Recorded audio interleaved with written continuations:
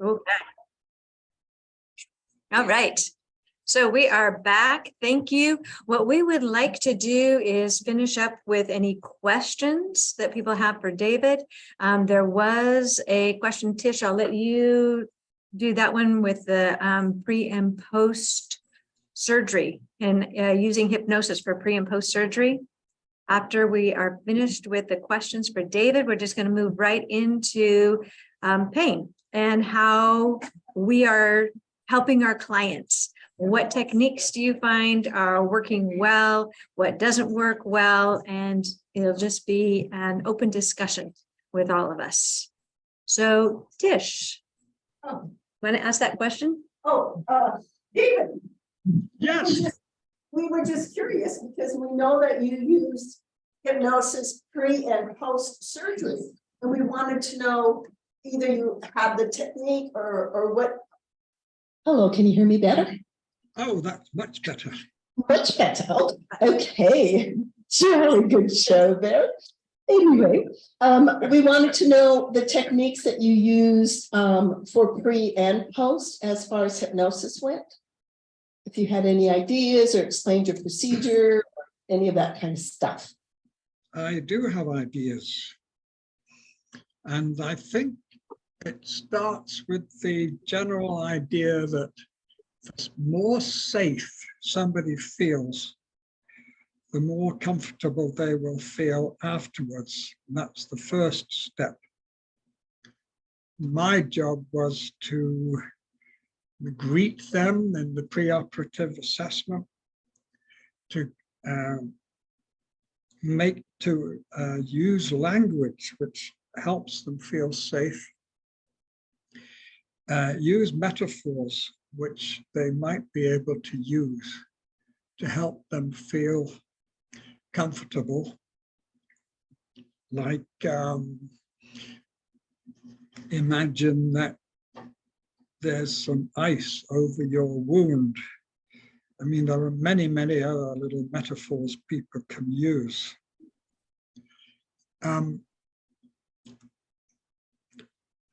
My work, it was not all that easy. And the reason is because if you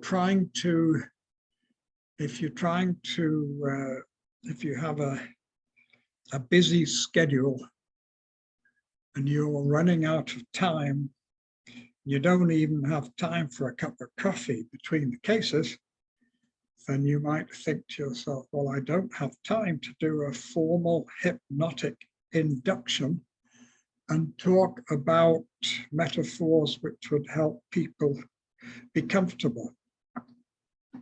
My job as an anesthesiologist most of the time was to do needle sticks that would help with pain. Like, for example, if it was a leg procedure, I'd do it maybe a spinal, and I'd put little morphine into the spinal.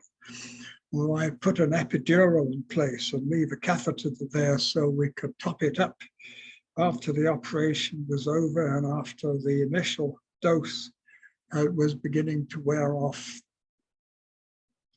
The surgeon had opportunities as well, especially now because the techniques are so much more skilled than they were a few years ago even, of putting local anesthetics onto nerves during the operation.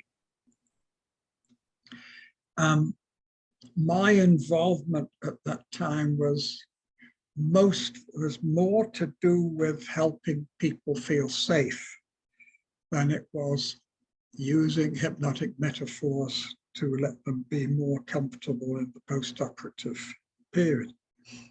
Of course, one of the metaphors I used was to say, we're going to use specific anesthetic techniques which will help you be comfortable. Of course, if you can lead people like that, then they can use their brains to use that metaphor to help them be pretty comfortable. Now, I had very little experience with using hypnosis in the perioperative period like this. So that's, I think, as far as I can go with it.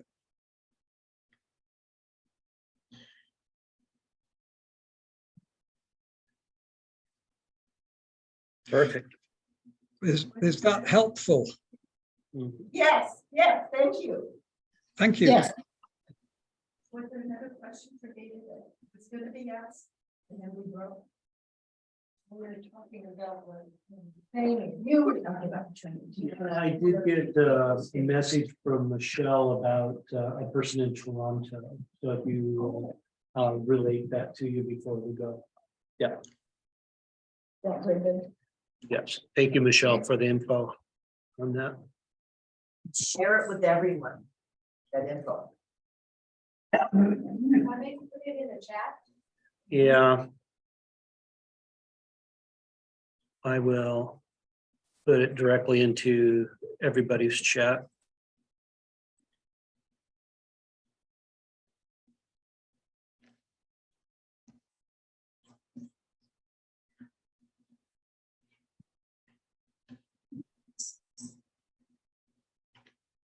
There you go.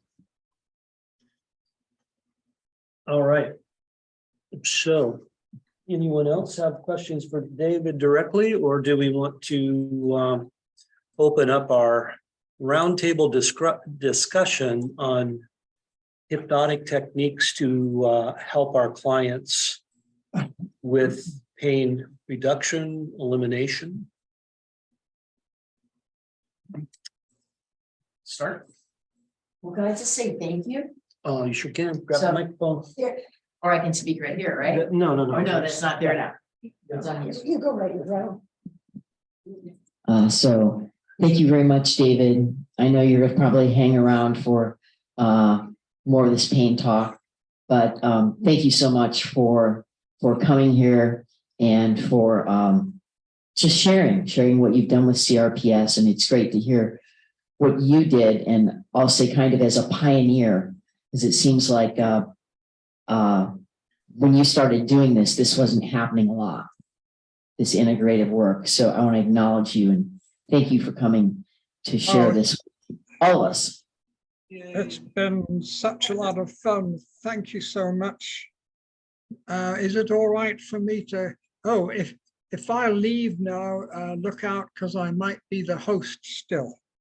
Oh, okay. Thank you for that observation. Okay. All right, are you okay if I leave? Yes, we are. Thank you very much. Thank you for having me. It's been very, very useful for me. Thank you all. Thank you. Thank you. Okay, bye. Bye. Bye. Bye. Bye.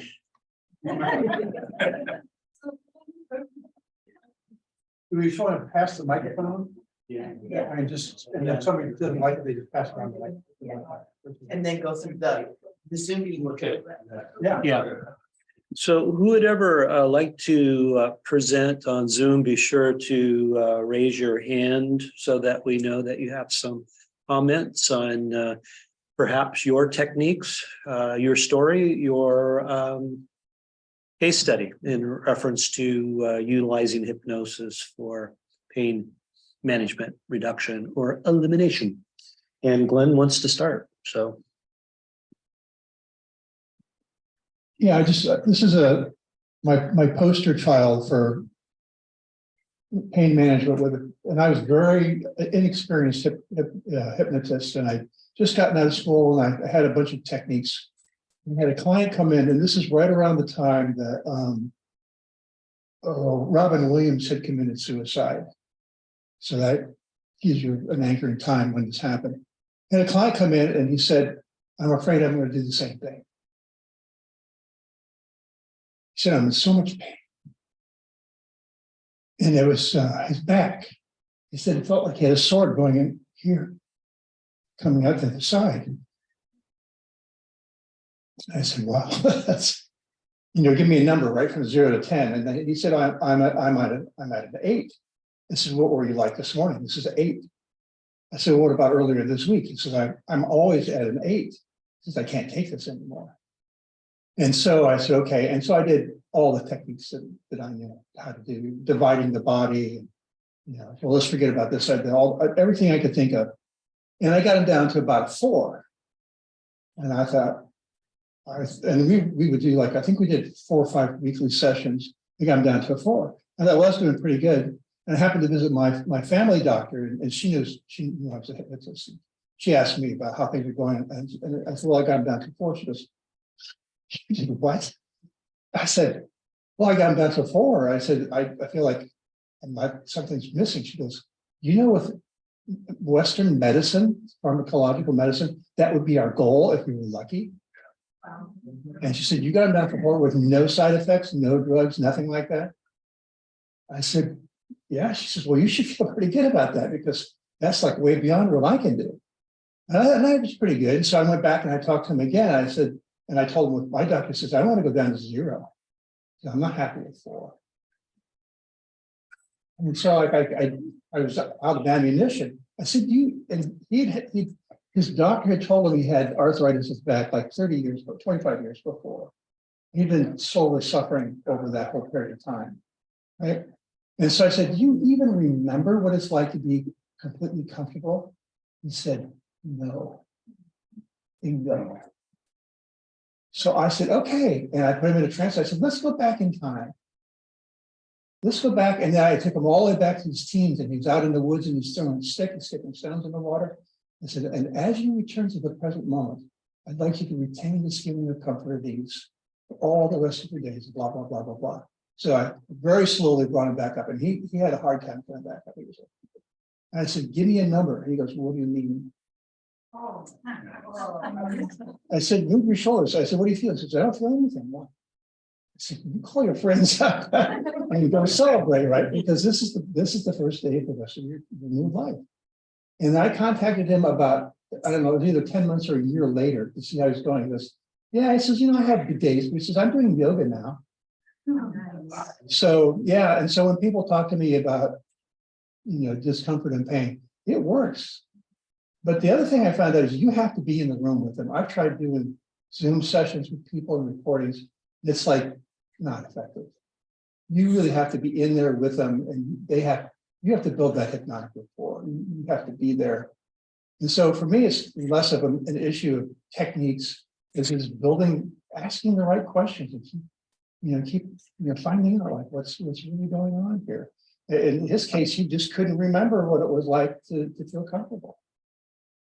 So anyway, that's my story.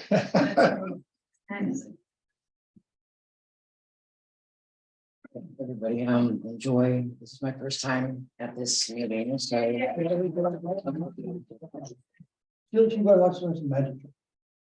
was great. I know there's gonna be magic, but so I've never done a lot with pain with other clients or whatever, but I've experienced a lot of pain. I've had chronic pain my whole life, and I know that for me, like when we talk about pain, the arrow technique comes up. Stephen Blake's Old Pain to Go comes up. The control room, whatever. I know for me personally, the arrow technique never did anything. What really did work for me was just focusing on where I felt comfortable. Because if you're looking for where you feel comfortable, then you're not looking for where you feel pain. And then that realization that if I can make it worse, then make it better. So the whole controlling thing, and just focus on it, make it worse, and then now make it better. So personally, that's what's worked for me. No fancy techniques, just don't focus on it. Focus on what feels good. Yeah. Anyway, and then was it Freddie Jacqueline or whatever has a story about how about pain, where you have the client go back and visualize like a picnic that they had years ago, and like all the way down to the detail of trying to remember the license plate number on the car.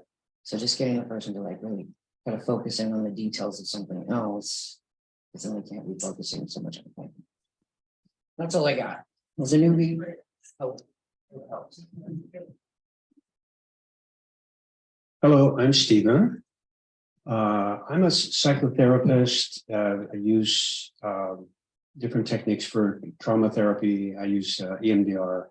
I've been an anger management specialist for about 40 years.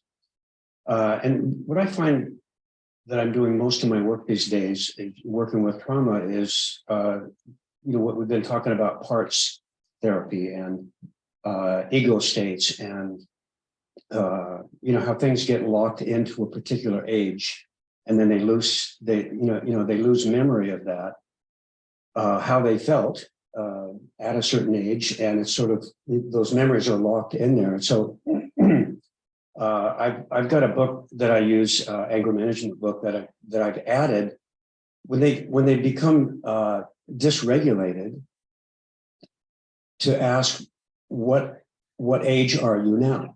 How old are you? And it shocks people. It seems like, what? Oh, I'm 8 years old. And it's sort of well, that's pretty simple question, but to get to that part, especially if we're using EMDR, that could be the target memory to start with, and to work on that and see, bring some of those memories up. And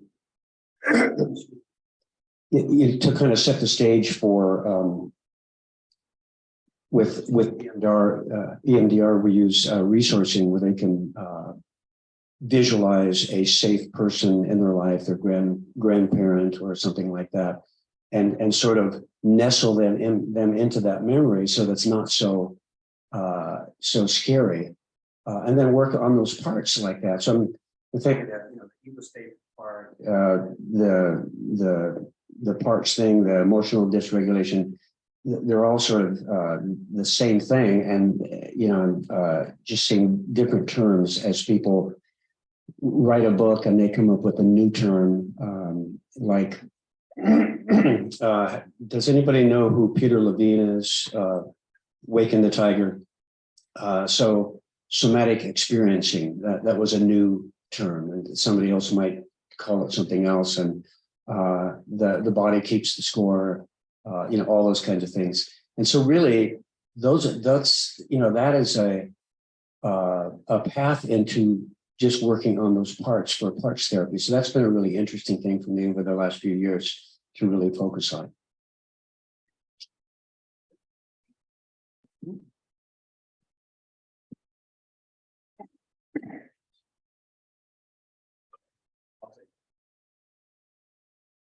Hi, everybody.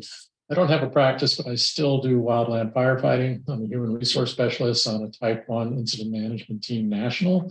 My job is basically to diffuse to conflict resolution, mediation, that sort of thing. But I'm also often put in the position of de-escalating the panic.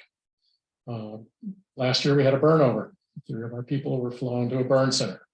There was a lot of folks around those 3 people that had suffered PTSD from other comrades and crewmates and our brothers and sisters who have gone through that, or they may have gone through that.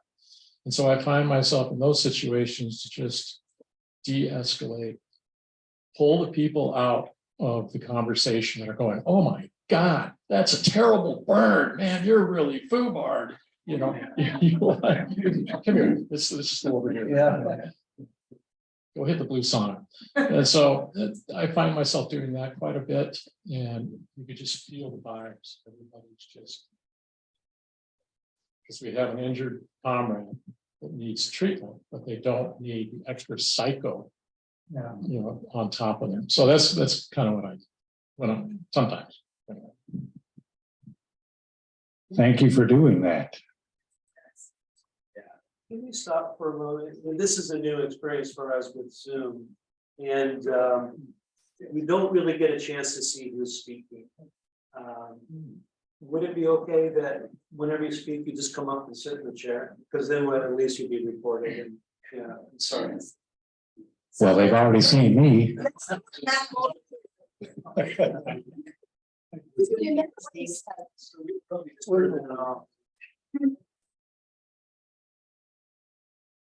Can I face the folks in the room? Sure. Oh, well. We love you back, though. It's lovely. Everyone. You might want to use the mic again. Oh, okay. I think it's picking it up. Is it okay? That's what I'm worried about. Yeah. Okay. Hi, I'm James Harrison. These days, so I have a clinical hypnosis practice over Zoom, like most of us. That's a minor part of what I do right now. I'm writing a book on clinical hypnosis that's trying to square up the latest, greatest neuroscience and build bridges into the medical community, because my day job, I'm a life enrichment coordinator at an elder care facility. I'm on an interdisciplinary team with doctors and nurses and physical therapists, et cetera, working with patients with dementia and complex mental health issues. So our folks are medically fragile. They need a lot of help in every kind of way just to go through their activities of daily living. And those of you in the medical professional know those kind of that jargon. When I started there, I teamed up with a social worker right away and said, hey, let's offer a pain relief, pain management workshop. She's like, great, let's do it. So we got together, wrote it up, and our medical director killed it right away. And the good, the bad news was that hurt, and it's certainly stepped on my ego. But the book I'm writing came out of that. And working with folks with dementia is a very different animal. So I was told, okay, I can't do, let's say, explicit hypnotic work with them. So now I call bingo in the middle of it. I just go, feel good now. And that works. I can't always get it to stick. But, we play bingo a few days a week. So I get to do the tune-ups. And my sense is people do want to feel good, especially if you give them an excuse to. In the moment, we do have a lot of folks that have been habituated for decades into their pain. And often the secondary gain on that is pretty profound and hard to snap. So I'm really sharing more than anything. I'm always looking for techniques. Like I think some things like the arrow technique is a pretty high wire act that sets you up for success or failure. And that's a kind of nerve-wracking thing and it's like, I want something where I can fail and still get a 4, right? Like that's good. Like we're trained to think a 4 is a failure. 4 is pretty great. Or good. Yeah, absolutely. So yeah, thank you for that. That was a good reminder. Because occasionally we get somebody aligned for success and we're the person there and we're not talking to them in the way a social worker does. We're not re-eliciting the trauma. We have a different approach. We're not getting the low hanging fruit either. We're the last resort. Yes, we're the last resort. Getting the hard case. That's all. I can't figure out a way to put it into a question. If anyone has thoughts on how I can do what I'm doing better, I'm always all ears for that. Thank you, guys. Bingo's a good thing because it keeps them tracking. I mean, I've heard. That's the book. It's a foraging. Yeah, exactly. And I really think hypnosis emerges out of, we constantly associate and dissociate. Yep. A million times a day. Yeah. And that's the cornerstone of the book. Well, that's like going into trance, we're into trance, out of trance. All the time. I'm sorry, when you said I was in. You heard it. No. Yes, sir. Yes. Oh, hello. Pain, our friend, and it can be. I had an uncle many, many years ago. I was a little girl, And he was in a severe car accident back east. And he was what they thought, well, he was paralyzed from the waist down and thought he would never walk again. And I never understood it until one day he said, "I feel pain." And he was so thrilled and so emphatic about it, because prior to that, he felt nothing. And he was so happy. And I thought, how could someone be happy to feel pain? And then it made sense as I got older what he was talking about. So pain can be our friend. Segue into hypnosis, there's several schools of thought. One is you bring your client down to 0, no pain, or somewhere in between there, you're 4 or whatever. I personally subscribe to the idea not to take them to 0, simply because, that this is just me, but simply because it helps monitor what's going on, that there's still something that's addressed, but it isn't debilitating for me. Because our body is always sending us red flags. How much we embrace those red flags is for the individual. I'm of the opinion, if a doctor gives me a diagnosis, which several have, I'm like, okay, thanks, goodbye. So I don't identify with the illness. I don't take it on. I do what I can to be well. And so I change my focus to what I can do to be well, and not identify, my identity isn't tied up in the pain. Although we have clients where that is where their identity is totally wrapped up in the pain because of a myriad of reasons. So weeding out and figuring it out and working through. Again, all of you have said about finding that quote happy place, or that place where there's no pain, or that place where you felt powerful and happy and joyful, and getting them to revisit those areas, I have found has been very, very helpful, and to increase their self-esteem and their identity. So those are some of the things I work on in dealing with pain. Oh, there you go. Well, that poses a question. Do we want to insert that here? Or There's a question. it's on the chat. All right. Well, yeah, and I think we want people to also have their time, on Zoom too.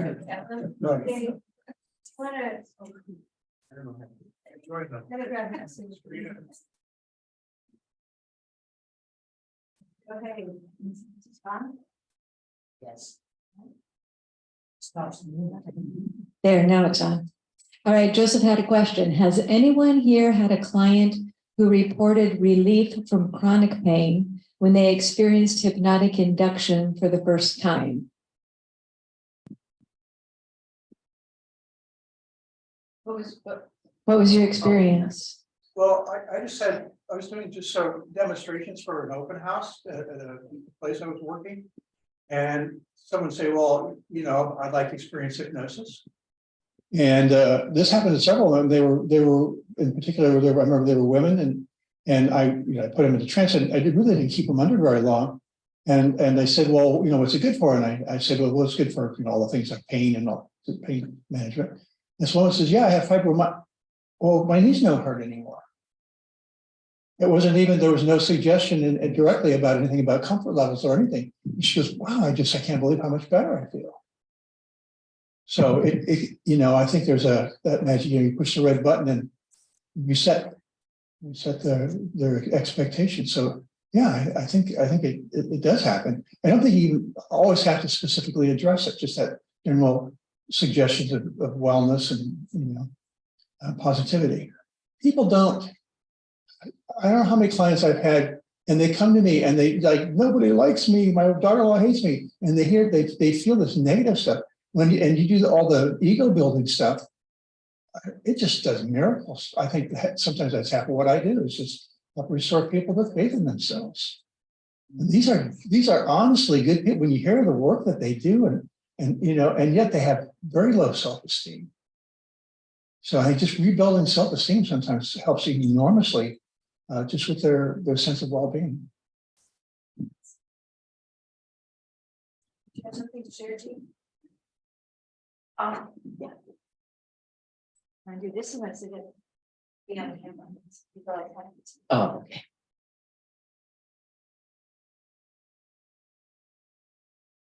So hi, everyone. So one of the things I hypnotized somebody and she had MS, but she wanted to resolve something. Her goal was to resolve something about her mom. So first I just did a really quick, like I hypnotized somebody, I helped them find their peaceful place. And then they just come back and I ask if they have any questions. Then if they want, I take them back into trance again. So I don't know if that counts as a second time. I guess it does. But I had somebody leave me a text that they had the best night of sleep that they had had in their memory. And they had had pain from their MS for so long, they couldn't even remember sleeping that well. And it was just a suggestion of, I often will throw in the thing of just saying, well, as long as you're hypnotized, why don't I just give you the suggestion that you might as well feel comfortable as long as you're here, and you might as well sleep well tonight, and you might as well get healing. And I just kind of make general suggestions like that. So that's to answer that. And spontaneous.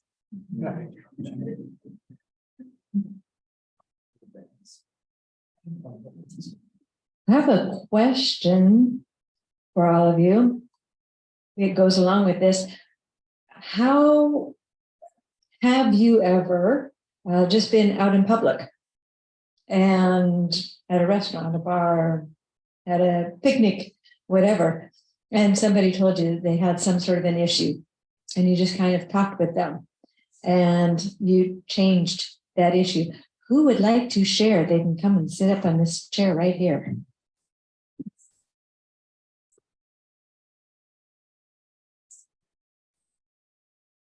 Well, I was a teacher for 26 years and oftentimes students come into class and, you know, you see kids in various conditions. And it was about this time of year, a little bit later, and I was a middle school art teacher.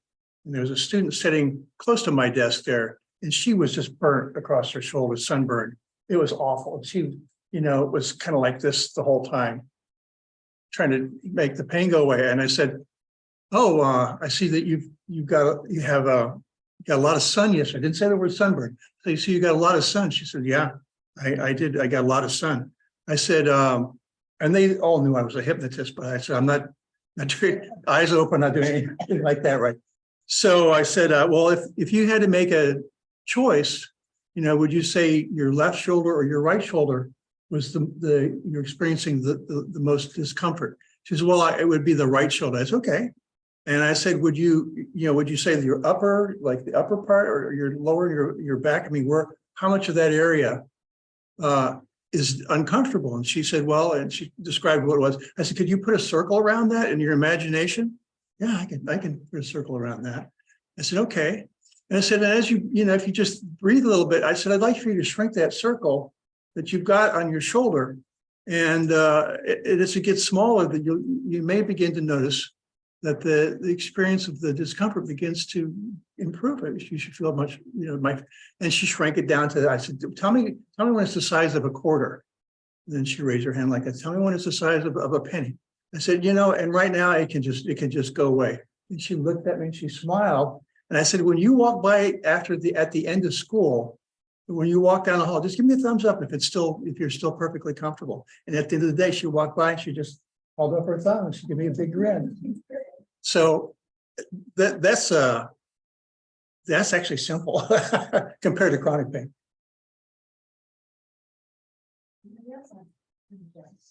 I had a really freaky one. You gotta- Do I gotta go back? Please.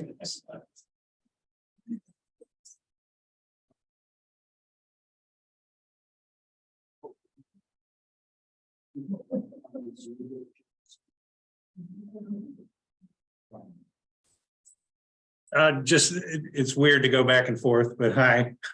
Thank you, guys. A strange one I had happen. For a while, I was very much into energy work and especially Donna Eden. And so she was primed in my, I guess, working apparatus. I'm out on 82nd Avenue in Fremont.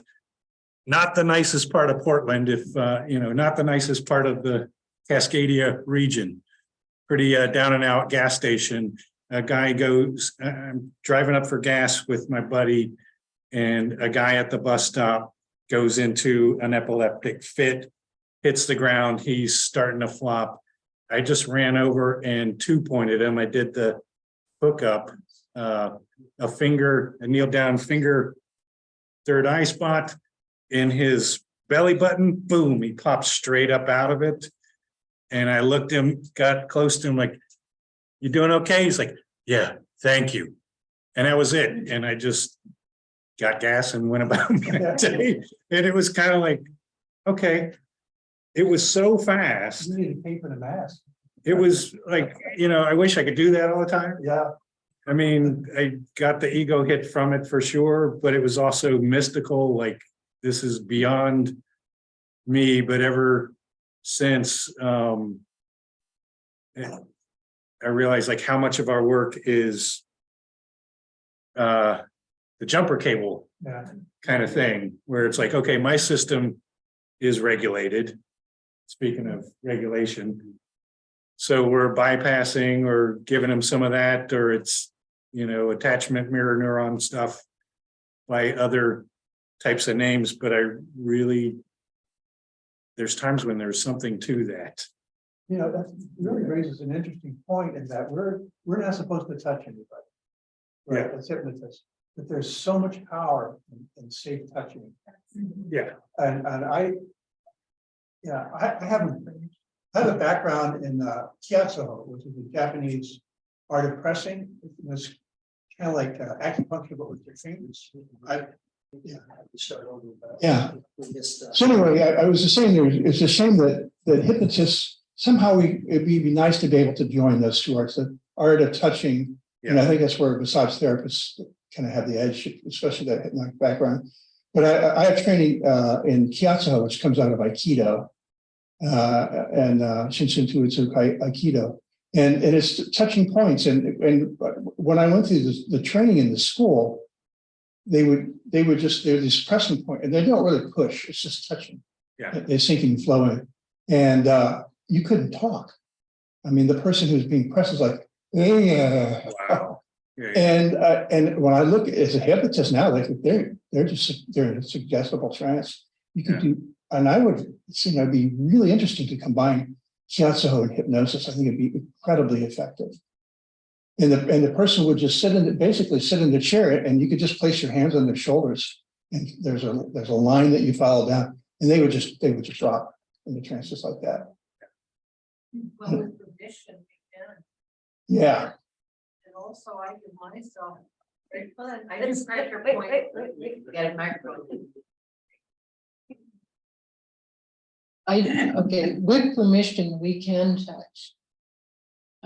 But also I deal with headaches. I do pressure points on my temples. And I often am able to get my headache to go away. To the male, I'm always reluctant though. What stories come out afterwards?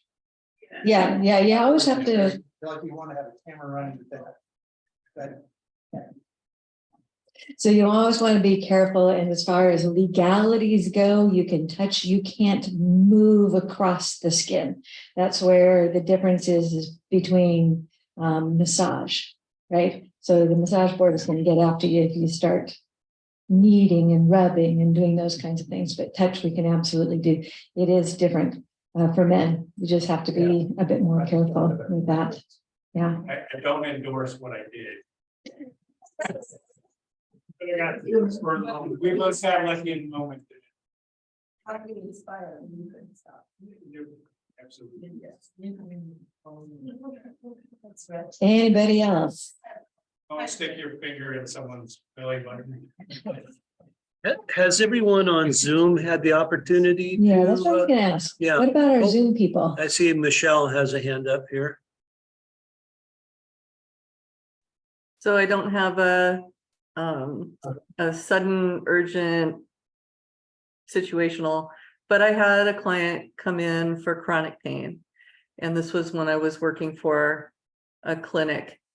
And he was in his like early 50s maybe, and he'd had pain for the past 12 years and did not have a doctor's referral, so we couldn't address the pain directly. And I asked him, so I said, we're going to do some stress relief. Tell me about a time before that pain ever started, maybe when you were a kid or when you were younger, what was something you really enjoyed doing, something that just made you feel fantastic? And he said, surfing. I used to live in Southern California, and I went surfing all the time. And I grew up in Southern California, and I was just like, hallelujah, I can work with this. And so we did a maybe 25-minute session, and all I did was layer in every surfing, beach, ocean, flowing, balance, anything I could think of, just about surfing and being at peace and everything working together and the natural rhythms and effortlessness. And when we finished that session, he looked at me and he said, this is the first time I have had no pain in 12 years. And I thought, yay. It was incredibly gratifying. He was so astonished. And he had come in stereotypically as I have tried everything else and I don't know what to do next. And it's just intolerable. So very first session, no experience with hypnosis, high hopes. It was incredibly gratifying. And I'm really encouraged to hear the other stories of just focusing on comfort and peace and safety and seeing how far that goes to free people up.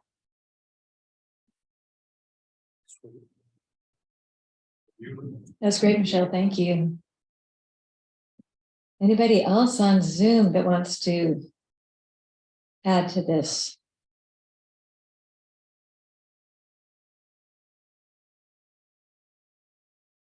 I could share something.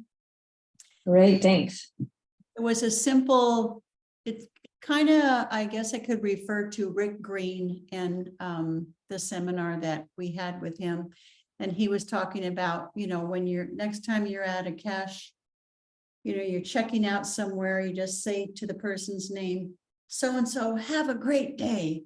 But I wasn't thinking that. I was at this particular checkout, and this woman who was the cashier was sharing something that had just occurred, but it was almost like a Rick Green moment came through. I was very present and I just began speaking. So it was kind of like, anyway, it was an amazing, simple experience. And by the time I finished talking, she had completely shifted. So it was just connecting into that compassion and care and flow, I'd say. So Thanks for sharing. That's great. It's so nice to know that we can help people even in the grocery line, right? Walking down the street. Yeah.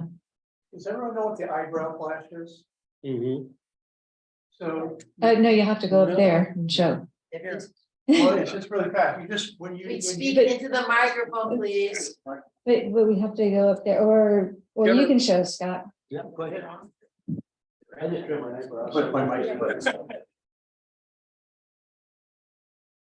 This is odd to be working with my audience to my back. I don't think I've ever done that before. I've been a magician, but I've never had the people behind me. Okay, so when this is a psych, you can even look at this on Wikipedia. You look up eyebrow flash, it's there. So eyebrow flash is when all primates meet each other for the first time and they belong to the same group, their eyebrows go up and down really fast. I don't remember how fast it is, but it's very fast. You can exaggerate it a little bit. And that means you're in my group. So, and you can do this with apes. The only group that doesn't work with is the Japanese culture, because it's being too familiar. If it's within a family, you can do that. But strangers coming at each other and doing the eyebrow flash, they would be, subliminally, they would be offended by that. So, but and I do this all the time when I go into a restaurant, if I want good service or check up, I just do this. I lift my eyebrows when I say, hey, how you doing? Or whatever it is. And sometimes they respond like, oh, hi. Have you ever been to like you go to some car salesman or something and he acts like he knows me. Right? Haven't we met before? That kind of thing. It's because they've learned how to do that. They've done that eyebrow flash for you. So try it sometime when you go and maybe you're not getting good service or whatever, give the eyebrow flash. Now that may be too much for them. They may shut you off, but that's a signal that we belong to the same group. And so we should be friendly. You just did it. You did it reflexively, right? Yeah. Let me add on to that. I was just wondering, this isn't being recorded, I was just wondering, we do the reverse of that as well, and we shut them out. Yeah, exactly. When we shut them out. So I don't know if you at home could hear that, but Tish was talking about frowning does the opposite, right? We shut them out by frowning. I want to add on to that eyebrow flash. One of the things that I do now is when somebody signs up for a free consultation, I will make a quick little recording, usually on Loom, and it's just fast. It's just, hey, thanks for doing this. Take a look. I'm going to put a link below. It's going to take you to a page. You can find out a whole lot more information about hypnosis. We can jump right in then whenever you are ready to go. When I see you on Sunday, and have a great weekend. There we go. Right? And yeah, just like get that right in there. So another place that you can use that. And I have so many people that comment, wow, I really like that recording. It made me feel like I knew you before we even got together. And I felt really comfortable with you. So use the eyebrow flash. Right now, picture Marilyn Monroe. What is she doing? She's lifting her eyebrows. Yeah. So that's her. They said she could be on the bus, no one would pay any attention. She would say, watch this. And she would start that lifting the eyebrows and everyone would turn. So that's very strong body language. Well, hi, folks. I've been hiding in the shadows over here, so you haven't seen me. But I'm Larry Dillenbeck, and I'd like to share a couple of experiences with pain management that I've experienced over the years. When I first got started in hypnotherapy, after my training, I was working in a youth corrections counseling center that was reserved for the most violent offenders. So I was working with murderers, rapists, hardcore gang members, Satan worshipers, so on. And what a great place to cut my teeth on hypnotherapy. Working with, I kept telling myself, if I can work with these guys, I can work with anybody. And one day we had the guys out on a back field playing touch football, and one of the guys made a maneuver and he actually tore the ligaments clean off the bone on the inside of his knee. So we helped him back to his room and we called the nurse, and this kid was in for homicide and was feared by most of the other kids in the facility, but he and I had really good rapport. And so I went in and just stayed in his room with him until the nurse got there, and he was literally writhing in pain. He couldn't even hold still. He was in so much pain. And so I just started talking to him. And at first he wasn't even like consciously paying attention to me. And I started talking about water skiing, of all things. My intent was to misdirect his attention from the pain. And so misdirection, distraction is a really good pain, especially in an emergency situation. So I started talking about water skiing, and luckily he had water ski before. And so we started this little conversation about water skiing, and I took him on this guided experience in this water skiing, and the water was really, really cold. And I started suggesting that his toes were starting to go numb, and that it was working up his leg, and until everything from his hips down were totally numb. But that didn't matter because he was having such a great time water skiing, jumping the wakes and all of this. And so he was completely enthralled with this. And by the time the nurse showed up, I don't think he was in any pain at all. At least it wasn't observable on his face. And then the nurse came in, grabbed his leg and moved it and said, "Did you feel that?" And he about jumped out of his skin. I thought he was going to punch the nurse. It kind of unraveled everything I was doing there in the moment. But it was a really good experience for me as a new hypnotherapist to have that. You know, it wasn't planned, it wasn't organized. I just spontaneously in the moment did that. The other experiences with pain, I've worked with several women for pain management for birthing, and the strategies that I typically would use for them would be to reduce remembered pain and anticipated pain, particularly for first-time moms, because oftentimes they would, they'd talk to, family members, friends who'd given birth before, and they would say, "Oh my gosh, it's the worst pain you're ever going to experience in your entire life." And so they keep getting these messages. And so there's a lot of anticipated pain based on the suggestions they've received from other people.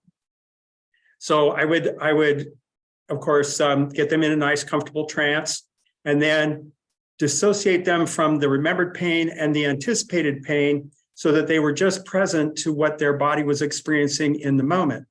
And that would often reduce their sensation of pain up to 60%, just by removing the remembered and anticipated pain. The other thing is I read an article about people experience pain differently when they interpret it as being meaningful pain. So, for example, childbirthing is a good example, as they know that this is part of the experience of giving birth, and because it has meaning, they're okay with it. And so I would often suggest that they're more focused on the miracle of birth and what an amazing thing the body does to bring this new child into the world. And I would suggest that as the contractions got stronger, their body would relax more. So as for every increment increase in the intensity of the contractions, their body would relax more and more. And there's a tendency for most people when they experience pain that they contract and they resist the sensation. So merely getting them into a trance and getting them relaxed, that alone often will dramatically reduce the sensation of pain. One other example I've worked with several people who were in treatment for cancer. So they were either in radiation, chemo, that kind of thing, and had lots of different body discomforts. And I went through my NLP health certification with a gentleman named Bob Fletcher. And he came up with this technique that he called the head electrician metaphor, where he would talk to the part of the brain that was responsible for all of the organization of the nervous system, that he would call the head electrician. And what he would suggest is that the head electrician, so this was focused on people who had strokes or traumatic brain injuries, those kinds of conditions. And he would have the head electrician go back in time prior to the stroke or the injury and look at the blueprint for how the nervous system was organized then and compare it to the way it's organized now, and to begin to make any repairs and connections so that that blueprint was informing the blueprint that the head electrician was referencing in the present moment. And interestingly, as I did this with various people, and I wasn't even suggesting any cessation of pain or anything like that. I was trying to suggest rapid healing from that injury or that condition. But the side effect was an immediate dramatic drop in the sensation of pain. And most recently, I was working with a gentleman who had a massive brain he had a stroke. This was just back last October, lost sensation and functioning on the right side of his body. So I did the electrician technique with him. And then interestingly, as he was coming out of trance, his left hand reached over and scratched his right arm. And I'm like, that's interesting. Did you notice that itch there? And he said, I sure did. And he was shocked, or the friend in the room was shocked. And I said, and by the way, did you know that anytime your left hand touches your right hand, it's teaching it how to move? That it's teaching it how to remember what to do. And anytime your left leg touches your right leg, it's teaching it the same thing. And I got a text about 3 days later from the friend that said, he's getting mobility back. He's like blowing our minds how rapidly he started recovering from that. And so there's a lot of opportunity out there to not only help the reduction of pain with hypnotherapy, but also accelerate healing. As you know, if they've got illnesses or injuries, that kind of thing. So hope you find that useful. Team Larry. Anybody else? Stephen, did you? Not getting up? No. I'll share a simple little thing that is just the power of suggestion. So I've had different license plates over the years, and I pay for the cultural one. And I decided to put the word kind being my license plate. And it's been really interesting how people have been drawn to that.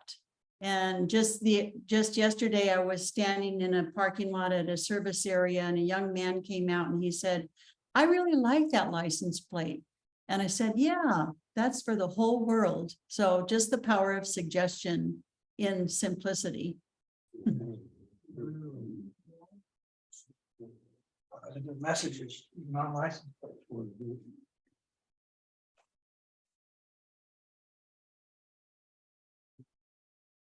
I'm hearing to bring up the idea that the brain pretty much processes emotional pain and physiological pain in the same way. Mm-hmm. So I'm wondering if all of the techniques that we use for relieving anxiety, stress, strain, worry, even on the other side of the spectrum of sadness or depression, if those same metaphors would work or do work, as we know, with physiological pain. And so anytime that we can get the person into trance, which they are already in because they're in pain, and we can take them to a different state, a relaxed state, we know that they're going to feel better. To me, I think it's important to bring their conscious awareness to the difference between what was and what is. So if you're doing an assessment on a level from 1 to 10 on discomfort when you first start, and then they have a measurable difference when they get into trance and when they're through with trance, you know that they're going to lock on to that change even more. But if you can give the, again, the discomfort an identity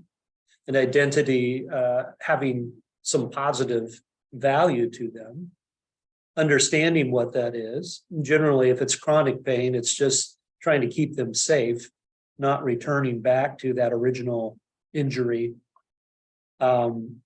That you can begin to mold that. So things like giving it a shape, color, size, smell, all the sensory things, and then having them change that, much like what Larry was saying. You know, you go in with a blueprint of what was and what is now, and you allow that subconscious process to change that through imagination. We again connect them to that subconscious state where we move away from impossibility, meaning I will never feel comfort again, or I'll never lose this pain, into that realm of possibility where everything is possible. Yeah, I just find that even using those same similar ideas with breathing creates comfort and relaxation in the body, thus minimizes discomfort. Creating that symbology, that shape, that color, that size, the texture, whether it's sharp and jagged, and then through that process of beginning to transform in that to the complementary opposite, begins to relieve that discomfort as well. And certainly, as we have talked about with the touching, I think that's a remarkable thing. With Reiki, or perhaps becoming a minister of some sort, you have a little bit more leeway of actually putting hands on for healing. But that brings me back to the guy that might be the ethical representative for the OHA, right? Of reminding people that there is an importance anytime that you're working with pain, whether it be new pain or chronic pain, that you do get a referral recommendation from the doctor to make sure. I think that boosts your perception and value to your client as well. Starts that placebo that you're actually part of that medical community. But it does free you up to not only address the physical symptoms, but perhaps more importantly, the psychological symptoms of chronic or acute pain. So remember, get your clearance to work with somebody in pain, even if they're in a lot of pain. You still, you might work with them on relaxation on the first session, and then have them come back in a week with their doctor's referral to make sure that you've got your bases covered. Scott, talk about breathing. People use like special breathing for hypnotic. Yeah. Yeah, I mean, I went through Aikido. I didn't go very far. I got a brown belt in Aikido, but there's so much emphasis in what they call ki breathing. And I just brought it into hypnosis when I work with people. So any people here, when they work with, use special breathing for hypnosis? Yeah. Is that general practice for everybody? Well, I think focused on the breathing is important. Yeah, notice the breathing, that kind of thing. Yeah, the mind can really only focus on one thing at a time. So if you refocus it, distract it, what was her name? Miss, you said it earlier, Miss taking the attention someplace else. Misdirection. Yeah. I went out with her one time. Yeah. Could never stop forgetting about her. Didn't get anything done either. Yeah, that misdirection, focusing on the breath, and also if you're focusing on that breath to bring the conscious awareness to, as you breathe in, the body actually tenses up a bit, because it naturally does. And as you exhale, it naturally loosens and relaxes. And a key breathing, which I think developed somehow out of some version of yoga breathing, where you inhale and you just feel the temperature change on the inside of your nose. That's all you work on. And then they do it for counts, like you inhale for the count of 5, hold it for the count of 5. And then you exhale, you make the sound of, like when you sit in a hot tub of water, right? And so there's that, also that reaction that goes with that, making that sound of, and letting your jaw, so everything just relaxes down there. And I do some cycles of that, and that just, I've never had any trouble putting anybody in trance. After that, they just drop. Next. Do you have something, Jean? Anybody who hasn't spoken? I'm keeping points. I'm the teacher. The thing is, it's really fascinating. It's because once you, and I've never used the word, I don't know about the rest of you, I never use the word. I use the word pain for one time and say, we're going to use the word, the pain, there's a P word. Now we're going to talk about levels of comfort. Does everybody else agree about that? You avoid the, reframing the whole thing in terms of level of comfort. Yeah, That's helpful, that question. Oh, that thought. I have a question. It's Tish. Everyone that's observing and everyone that's a hypnotist and would-be hypnotist, I want to know, prior to being a hypnotist, did you ever think of going to one for anything other than watching a show? No offense. Glenn, no offense. Don't take offense. Yes? Yes. Yes? Yeah. Okay, tell me your experience. Wait, hold it. I'm ready. Well, this is part of a story I'm gonna tell again later, I think, but I got remarried in 1986 after being single for 12 years with 2 children that I raised alone. And when I remarried, this is somebody I'd known for many years, and he had decided to join the Navy. So when he when we married, I moved to San Diego to be with him, sort of, because in the Navy, you go off to sea every 6 months and then you come back for 6 months and then you're back again off to sea. So I had 6 months to get ready and I wanted to lose about 20 pounds. So one day I was looking through the newspaper after we got moved and everything settled down. And I found a little ad and it was only $25.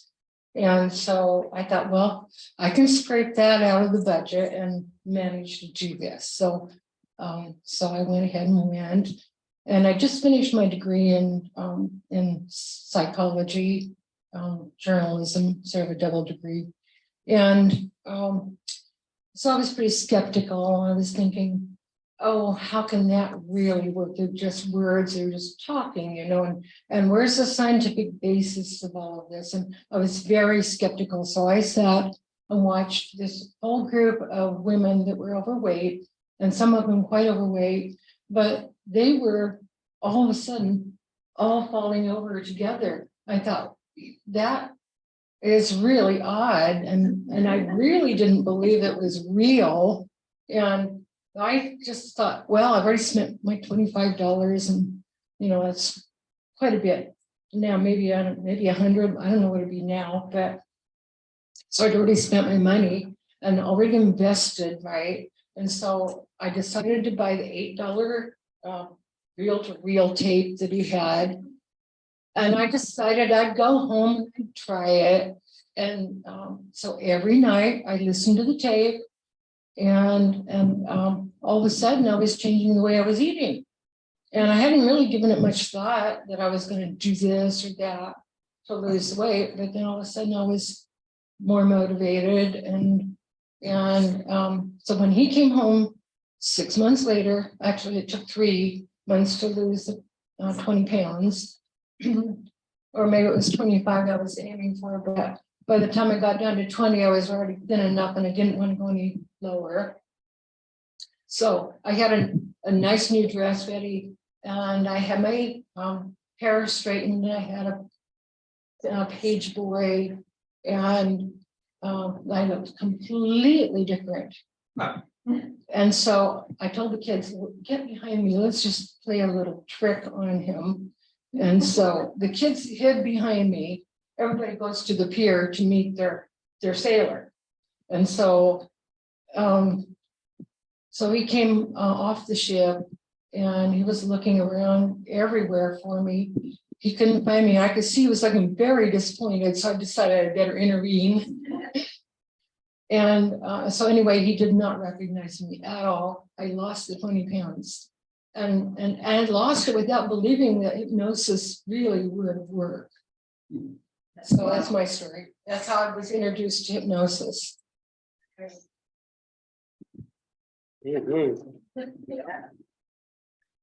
I was introduced to hypnosis after meeting the amazing Kreskin. Oh.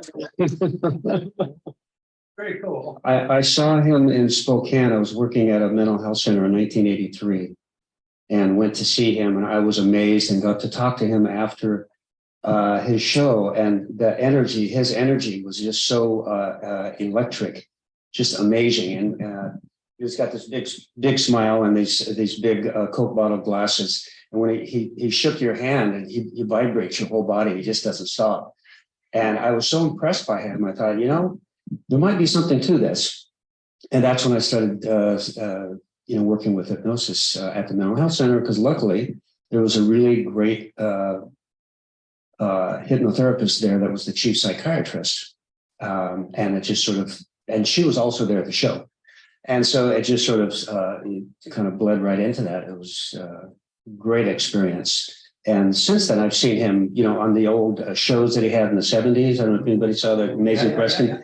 Yeah, it's just amazing stuff that he does. And so there, if you ever, you can YouTube it, the Amazing Kreskin, and look at some of his shows that he had, a weekly show. And if somebody doesn't believe in hypnosis, have them watch that. I suppose a lot. My background as a magician, I see things that magicians do that they don't know that they're doing. It's basically suggestion, hypnotic. But Kreskin would do things like he'll have somebody saying, "Isn't that amazing?" And he would bend over and he would pull the other person down with him, and they would stand up and they would feel that. And then everybody felt that. He had so much he could project onto audiences. There was one of the shows, I think it was out of Toronto, and he had everybody put their hand on the table, and these tables would start moving. It's all suggestion. And he told them that this is suggestion. And then I got lots of stories about Kreskin. So the guy who invented the shadow, his name slipped my mind now. Stan Dale. No, Grant. Anyway, he was invited to be on the show, and the shadow had the power to cloud minds men, or the minds of men. And so Kreskin says, "I'm going to do that for you." And he went in and clouded all the people in the audience, and they could not see the guy who created the shadow. He walked in. Yeah, it was really cool. Yeah, it's fantastic. Yeah, anytime you watch any of these performers, think about them in terms of a hypnotist, the suggestions that they're giving. And magicians, like I say, they don't know what they're doing. They do it because they've tried it and it works, but they don't know the functions or the mechanisms that make it work. And if I could get magicians and hypnotists to get together, the stuff that we could do. And there's another group that I almost hesitate. You know what a PUA is? Pickup artists. Yes. They are amazing social engineers. They learn from, they don't care. Oh, you're a hypnotist, come here, I want to talk to you. Oh, you're a magician. They pull everybody in.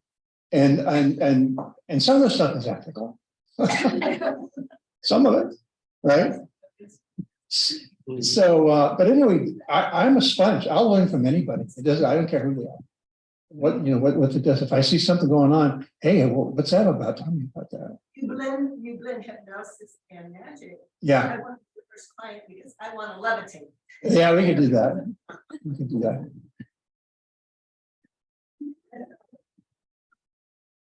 All right. Any other questions or comments from Improv comedians. our Zoom audience?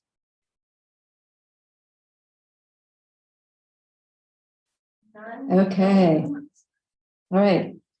So I think that we're going to stop this part. There are a couple of announcements to be made and such. And one of the things I would like to start with is, because this was different, this was our first time doing a hybrid meeting, I would really like to know from the Zoom people what worked and what didn't work. And you can either tell me right now, that'd be fabulous, or if you want to send me an email, that works also. But I would really like to get some input so that our next meeting we can do even better. So does anybody have any input for us? Well, I'm impressed. I think it's gone great. So, and I appreciate the offering to be able to be virtual. So Good, thanks. I love the way the tables are set up. because I can see everybody. And when we were at the Fairfield, you know, people were always sitting at different tables, but I can see everybody in that U shape. So that's really nice. And I'm so sorry it's hard to talk with your back to the room. That's so sad.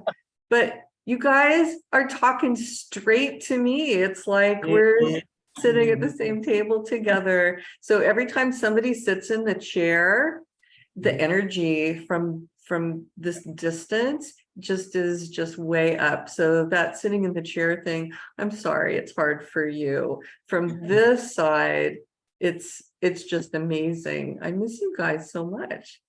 Thank you. And I do believe that I have it figured out next time so that won't have to happen. Oh, good. That's, Yeah, I'm shocked that I didn't think about it before, but I just have to turn when you're on this. stage, you this- never turn your back on your audience. You Yeah. never do that. Yeah. The magician, you always get your. No, I did and figure out- Mhm, Yeah, And. Joy? mhm. I did figure out if someone was speaking and I couldn't see them, I would go from gallery to speaker. And then that just made the screen I could see them better, so. Good. Oh, good. Thank you. Thank you for that. And it's so nice that you get to still be part of our group, Michelle. Oh, yeah. So far away. Yeah. Yay. Mhm. Any other comments, helpful hints?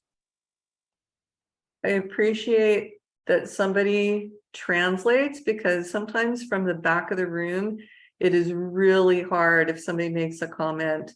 I mean, I can see everybody, but I can't always hear everybody. So when somebody repeats a comment or question, that's super nice. And I'm not sure about the microphone etiquette, but the microphone, I can hear everything too. So that's really nice.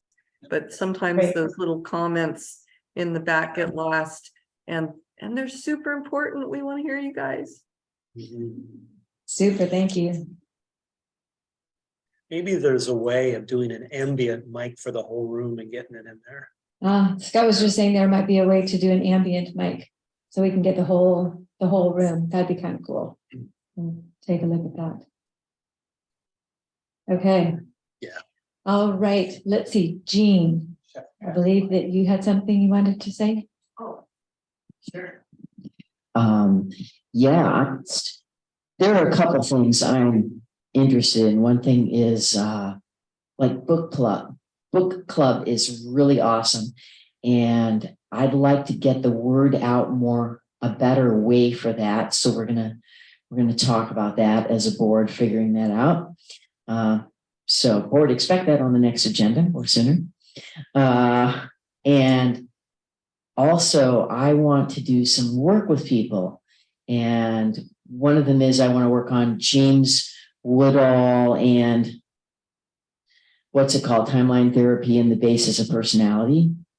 And I want to work through those techniques because I need a partner or a three. I need 1 to 3 other people to do that work.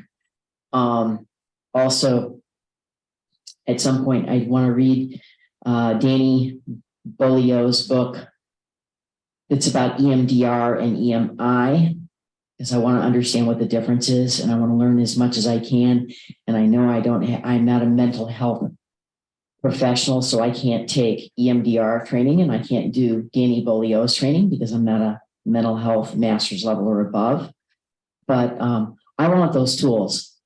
And I want to do the work, and however I need to get those, it's going to take practicing with each other to get that. So I just want some active partners in that where we can make regular commitments to do that. Okay. That book club is Monday at 7. Book club is Monday at 7. And the book we're reading, it's a really quick read. It's actually a colleague and friend of David's wrote it. And he also, this guy, Dabney Ewan, it's called 101 Things I Wish I Knew Before I Started Using Hypnosis. And he writes this book really, so for instance, a whole chapter might be 2 sentences, or it might be 10. And like the title of a chapter might be, seems. And normally it seems like your world is really falling apart right now, but isn't it good that it only seems that way? So he has like he has short, very small words and knows how to use them so amazingly skillfully. And he was a surgeon and instructor at Tulane University and really promoted medical hypnosis. And that's how he and, David hook up. Anyway, it's a great book. Monday night, I'm hosting. Tish will get you the contact. You might mention that. Oh yeah, HypnoThoughts. Oh yeah, that's actually the thing I want to talk about. HypnoThoughts is coming up, and I see 2, I think, pre or post session things that it's like I have to go to, and of course they're both at the same time. And I want to hook up with some people and say, like, let's go to HypnoThoughts. So who wants to do that? Get a hold of me, and I guess I should just say, how do we get my phone number out to everybody? Oh, it's on our website. Hey, check it out. But 541-521-4249. Now the whole world has it.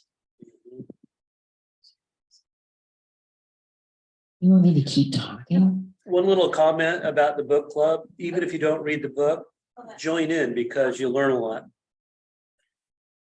Yeah, absolutely. Absolutely. I don't always read the book. But reading this one. But it seemed like you did. Well, when I was a teacher. No, I went to my grandma's house. All right. Anything else? Okay. I guess that's it. Thank you so much for everybody that came, for Yes. everybody that joined us by Zoom. It's been wonderful. So nice to see everybody since last fall. We'll see you again in a few months. Oh. Oh, You're like right here. See, I want to hug all of you. So, okay. All right. I love you all. See you sometime in person.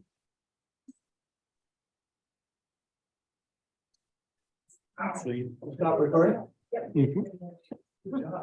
That's better.